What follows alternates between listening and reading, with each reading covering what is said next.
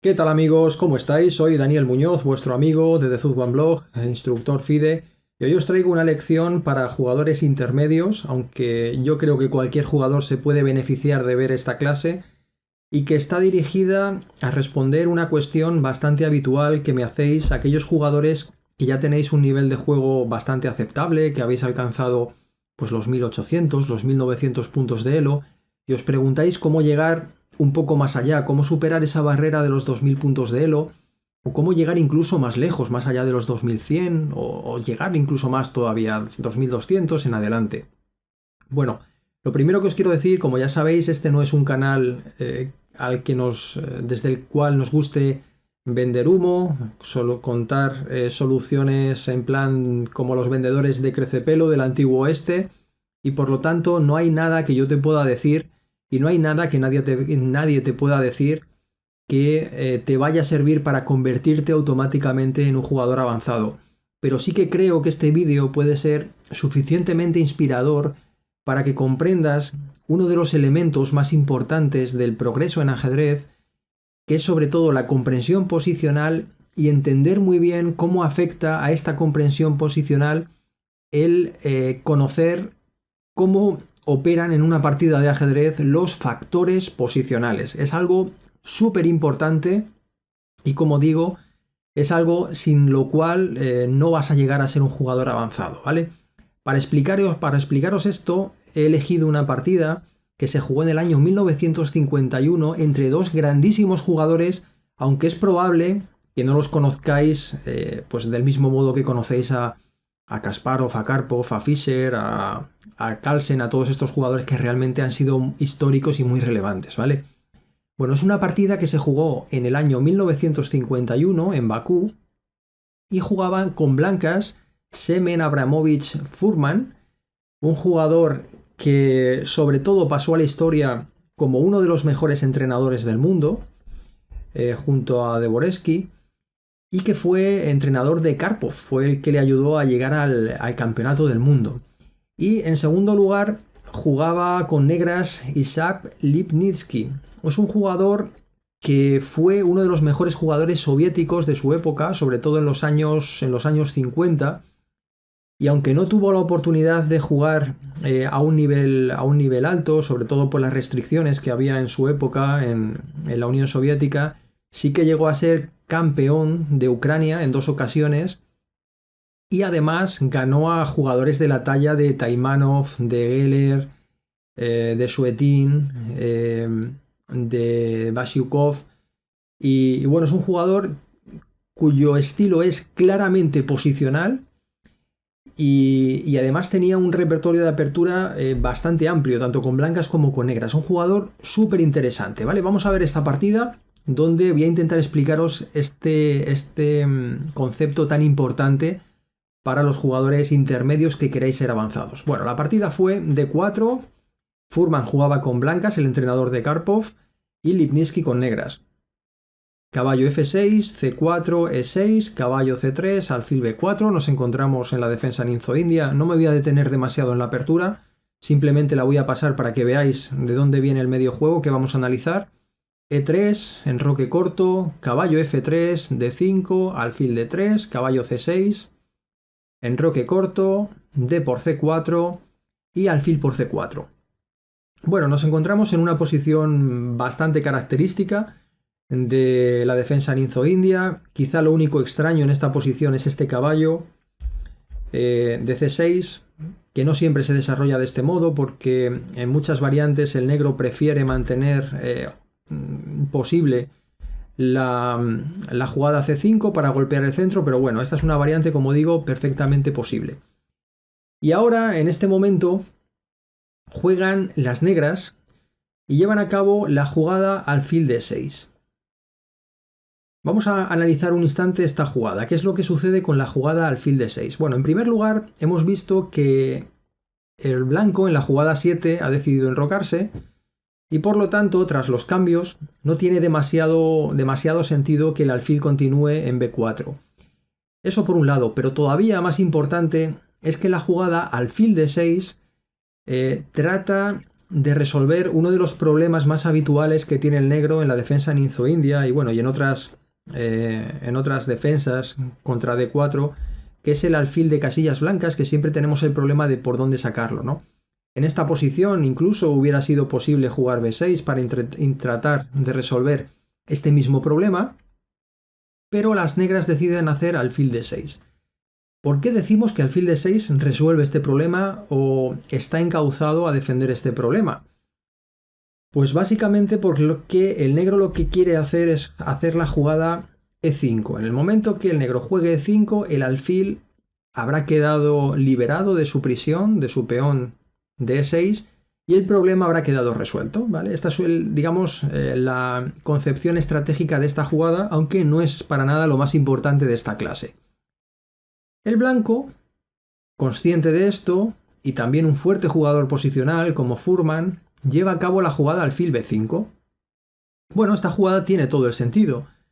Dice, bueno, si mi rival juega E5, lo que yo haré será comerme el caballo, y si me comen, pues simplemente comeré en E5 y estaré atacando simultáneamente al caballo y al alfil, y bueno, estaré ganando material y por tanto la partida. O incluso si mi rival todavía juega mejor, es decir, si juega E5 e insiste en su idea, yo me comeré el caballo, y aunque mi rival no capture el alfil, porque hemos visto que es una jugada desastrosa para el negro, imaginemos que afina un poco más y me come el peón de D4, pues bueno, yo simplemente, puesto que tengo dos piezas atacadas, el caballo de C3 y el alfil, pues moriré matando y sacrificaré mi alfil por B7, seguirá alfil por B7 y luego simplemente comeré el peón de D5 o con el peón de E, con la dama, con el caballo, pero bueno, en cualquier caso estaré ganando un peón. Este es el planteamiento del blanco, ¿vale? Este es el planteamiento del blanco. Y en esta variante, si se jugase así la partida, el blanco habría conseguido un peón de ventaja en este medio juego. ¿Vale? Volvamos hacia atrás. Y planteémonos de nuevo si ahora la jugada E5, después de lo que sabemos, es una jugada posible o no. Y este es el momento crítico de esta posición. Hay varias jugadas posibles, una menos ambiciosa puede ser, por ejemplo, simplemente jugar H3. Hay otras jugadas, no me voy a detener en ellas. Pero el negro, teniendo en cuenta todo lo anterior, decide hacer la jugada... tras alfil B5, decide hacer la jugada E5.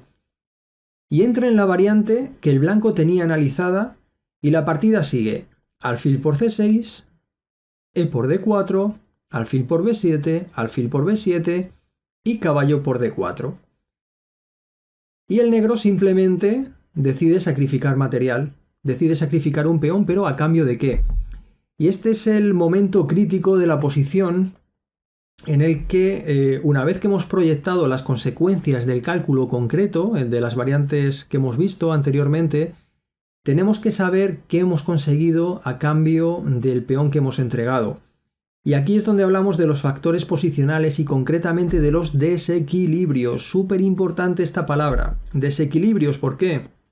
Porque cuando nos encontramos en una partida en la que todo es simétrico, en la que existe identidad de material, es decir, el blanco tiene dos caballos, el negro tiene dos caballos, las piezas menores son las mismas, la estructura es muy similar, no hay desequilibrios en términos de material a nivel cuantitativo, es decir, tienen el mismo material, es bastante más fácil valorar la posición.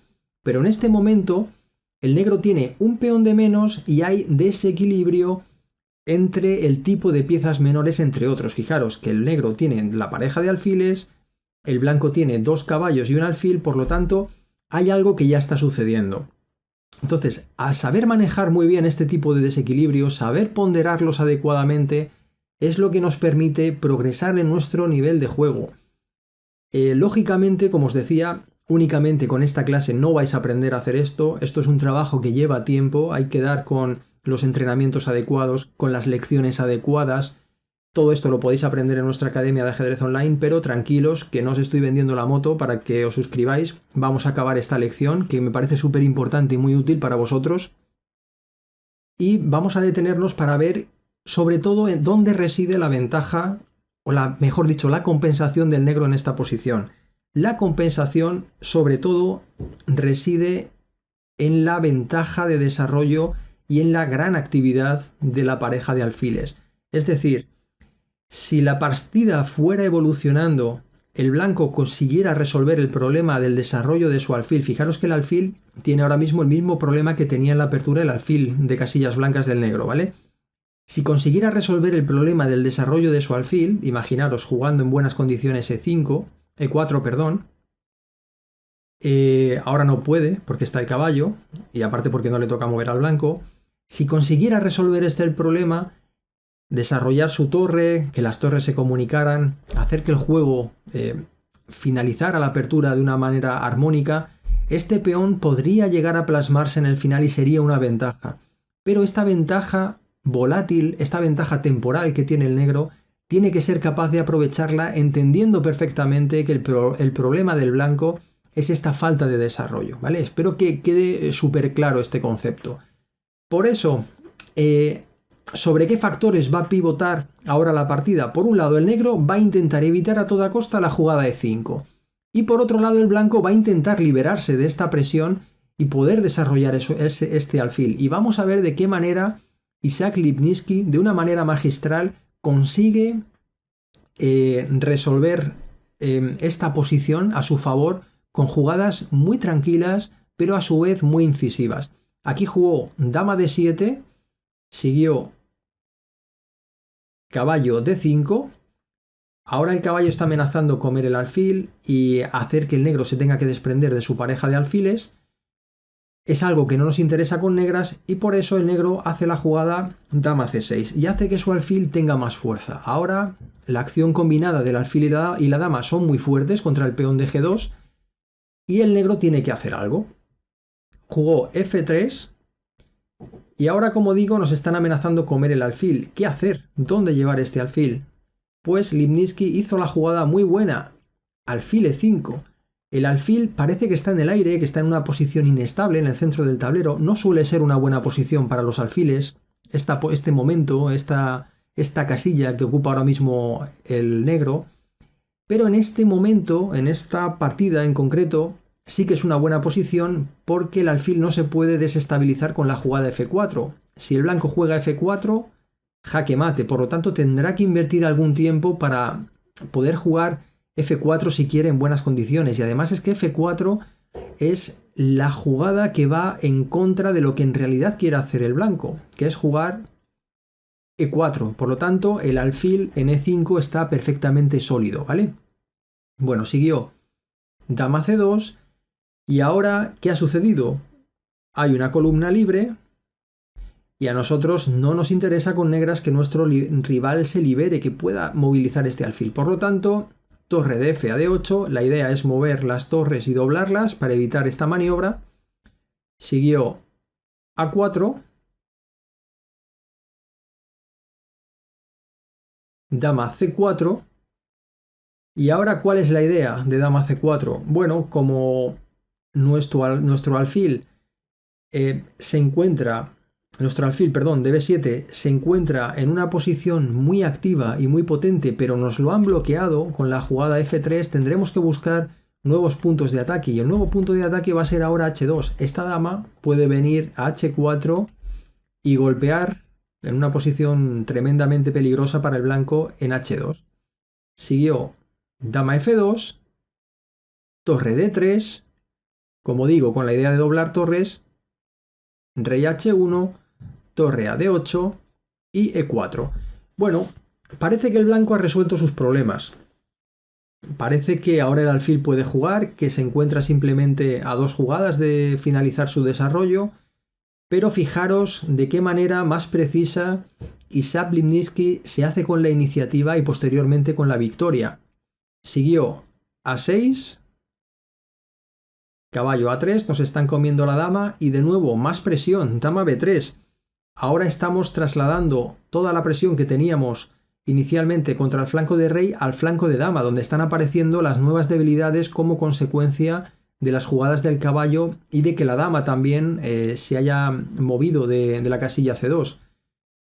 La amenaza es entrar en C3 y sucedió la jugada caballo B1.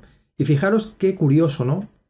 El negro de una manera silenciosa ha ido mejorando sus piezas, ha ido explotando las líneas, ha ido colocando sus piezas y maniobrando en las casillas ideales, y esto ha provocado la pasividad y de hecho que el flanco de dama del blanco se mantenga absolutamente inalterado, como en la posición inicial. Es que es muy curiosa esta partida por esta razón. ¿Cómo jugar ahora? Pues echando más leña al fuego y de nuevo mejorando nuestras piezas, buscando líneas activas. Alfil de 4, muy buena jugada. Estamos comiéndonos la dama. La dama no puede mantenerse en la segunda fila, salvo si viene a la casilla E2. Por lo tanto, dama E2. Nos están comiendo la torre. Retirada del alfil. El alfil se retira a C5 con la idea de, en un futuro, si fuese necesario, venir a D6. Pero sobre todo, permitir que las torres se protejan entre sí. Siguió torre E1, fijaros la enorme constricción que tenían las piezas del blanco. Y ahora que tenemos todo bien, que hemos conseguido que nuestro rival no se libere de su posición, ¿cómo echar más leña al fuego? ¿Cómo mejorar todavía las piezas que tenemos en este momento que son inútiles, que no hacen nada? Pues A5, gran jugada. El alfil está bien situado. El caballo de momento no nos interesa tocarlo porque controla bien los posibles saltos del caballo. Por lo tanto, ahora la jugada, en el momento que se realice, alfil A6 es una muy buena jugada de mejora de nuestro alfil. Siguió caballo D2 y de nuevo, más presión, más mejora de piezas. Ahora en la séptima fila, cada vez estamos presionando más. Ahora el caballo, estamos amenazando entrar en D7, en D2, perdón. Siguió caballo F1 y tras dama por D2, torre por E2 y otro momento muy bonito y muy interesante que es la plasmación de toda la estrategia del negro. ¿De qué manera jugar aquí? Fijaros que el negro podemos decir que su estrategia ha sido un éxito. El alfil sigue sin moverse, el alfil de C1 permanece inmóvil, la torre sigue en su casilla de origen y todo el juego del blanco se ha ido desplegando, colocando sus piezas en las líneas más activas. Pero falta este último toque, este último remate muy bonito, teniendo en cuenta la táctica y las dependencias y las relaciones que existen entre las piezas de nuestro oponente. ¿Cómo jugar ahora? Torre D1, muy buena jugada. Sacrificando en apariencia material, pero no lo es tanto porque, bueno, estamos amenazando lógicamente comernos el caballo no tiene forma de moverse, no puede venir el rey a defenderlo, no puede venir la torre porque hemos colocado el alfil en la línea más importante, como decíamos antes, por lo tanto, única caballo por D1, torre por D1, de momento hemos sacrificado calidad de manera temporal, pero que hemos conseguido que nuestra torre domine a 1, 2, 3 piezas de nuestro rival e indirectamente también al rey. La posición es de ventaja decisiva, realmente ya para el negro, es la culminación de toda una estrategia tranquila, de toda una estrategia para aquellos que sepáis artes marciales de Aikido, es decir, de utilizar la fuerza de nuestro oponente para derribarle sin grandes aspavientos. Es muy bonita esta partida. Y bueno, vamos a ver ya simplemente el remate, cómo concluyó esta partida. Fue H3. El blanco crea un huequecito para que su rey pueda escapar cuando le coman el caballo. Torre por F1, rey H2 y ahora ya una sucesión de jugadas que van en busca de este rey que ha quedado en una posición realmente muy mala. Alfil G1, jaque, única que el rey salga a mitad del ruedo. Lógicamente, rey H1 sería una jugada muy poco favorable para el blanco. Simplemente aquí podría seguir alfil E3, jaque y comernos un alfil. Si me comen, pues jugar esta partida con mucho material de más. Por eso el rey sale a mitad del ruedo, rey G3, caballo H5, comienza la cacería, rey G4, nos están comiendo el caballo, G6, Siguió B4 a la desesperada y ahora ya hay posiciones de mate. Tras alfil D4, alfil B2, alfil por B2, torre por F1. El alfil está tocando la torre, pero también la torre del negro está tocada. Torre por F1. Y tras alfil C8 hay mate ya en 4. Rey G5. También es un buen momento si queréis para parar el vídeo y ver si encontráis este jaque mate. Alfil F6, jaque. Rey H6. Y ahora ya mate en 3, alfil G7. Rey G5, H6, rey H4 y alfil F6, jaque mate. Como veis, una partida tranquila por parte del negro, pero con consecuencias devastadoras. Y como os decía al principio del vídeo, esta es una de las claves. Vamos a volver a la posición más importante. Esta, tras alfil B5 de la apertura. Esta es una de los conceptos más importantes que tenemos que entender a la hora de jugar al ajedrez. Si no entendemos esto, si no somos capaces de valorar adecuadamente los factores posicionales, estos desequilibrios, de ponderarlos adecuadamente, seguramente en esta posición la jugada de 5 no fuera posible, no la llegásemos a hacer nunca. Y aquí, pues bueno, acudiríamos a lo mejor a una jugada tipo A6, que es una jugada natural, pero que bueno, ya nos va a generar algunos problemas. Imaginaros, tras alfil por C6, B por C6, y ya la posible ventaja que podíamos conseguir en el momento más incipiente del medio juego la hemos dejado escapar. Y muchas veces cuando uno tiene ya un nivel más alto, si realmente queréis ser jugadores con un nivel avanzado, vais a tener que buscar vuestras oportunidades en estas pequeñas ventajas, en estas pequeñas sutilezas que aparecen en las partidas y que realmente son excepciones a las jugadas naturales que, bueno, pues que todos somos capaces de hacer, ¿no? Por eso hay que dar un pasito más allá y tratar de ir más lejos con una adecuada comprensión posicional. Bueno, amigos, una clase yo creo muy útil, una clase densa, y como os decía antes, aquellos que queráis mejorar, no lo vais a poder hacer solo con un vídeo, ni mío ni de nadie. Nadie os puede contar algo que os vaya a convertir en un mejor jugador de ajedrez de manera automática. Sí que os podremos inspirar, sí que os podremos orientar mucho, pero luego hay un trabajo detrás, hay un esfuerzo que es realmente propio e insustituible, ¿vale? Bueno, si queréis mejorar, pues ya sabéis, en nuestra academia lo podéis hacer. Y como siempre, gracias por estar ahí y espero veros en próximos vídeos. Hasta pronto, chao.